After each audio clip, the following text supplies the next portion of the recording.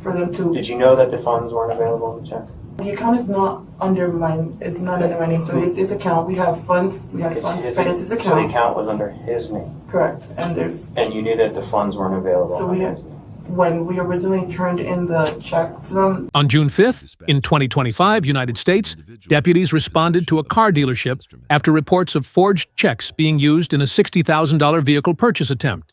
Okay, so what exactly is happening with the contract? I guess there's a problem with the check. So I'm just gonna be very straight up, and honesty goes a long way. The check's bad. So what's the deal with checks and going on and stuff like that?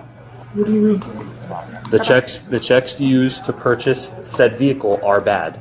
At this point, officers are already treating this as more than a simple banking mistake. And there's another check brought in Can we that see is the also check that bad. you're Do you have the trying to use check? to purchase this vehicle? Yeah, they come from my account. Okay, can we see Okay, it? do you have the check? Do you have, and it's in First Horizon, so what is First Horizon to you guys? That is our bank. Right?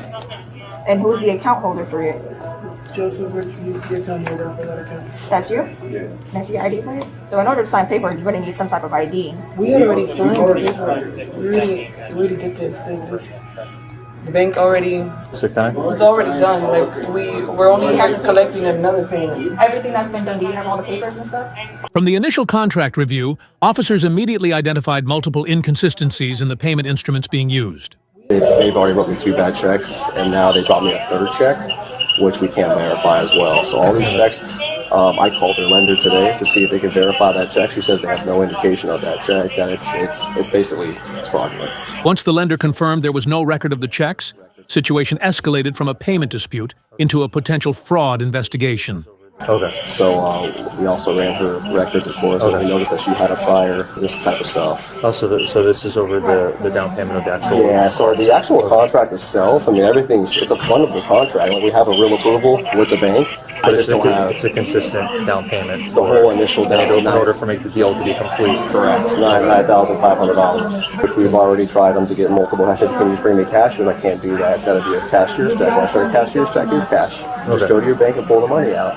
She goes, oh, they won't let me do that. I have to wait 24 hours. And this is all within today? Today, literally. So now it's not just about one transaction anymore. Investigators are starting to connect a pattern. The reason why we're here is because there's a deal with going on with the car, from my knowledge, okay? And then with said knowledge of the vehicle, there was, for a down payment of $9,500, I guess 2 checks were brought in and they weren't good. And then another check was brought in, and then which again wasn't good either. They contacted the lender, and the lender has no record of that check ever being cashed or being created, any knowledge of it whatsoever. So that's all we have an issue here when it comes to the checks. So what's going on with the checks? Investigators then began reviewing prior financial behavior, raising further concerns about a possible pattern of fraudulent activity.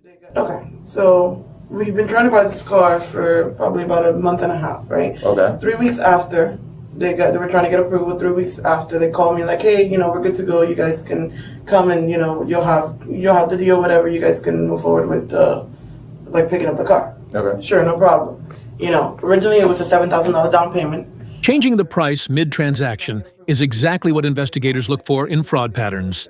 We come here, then they're like, oh, the down payment is gonna be $9,500 or something like that because we're gonna waive something, yada yada. That was about 2 weeks ago, or something like that. I asked them, how can I make the payment? For the down payment.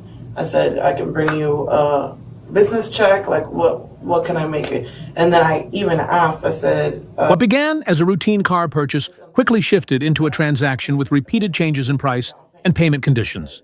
I had given them the wrong check, the original check for the original deal, before they had asked me to go to get the that the increase of the down payment was from $7,000. So I had originally given them.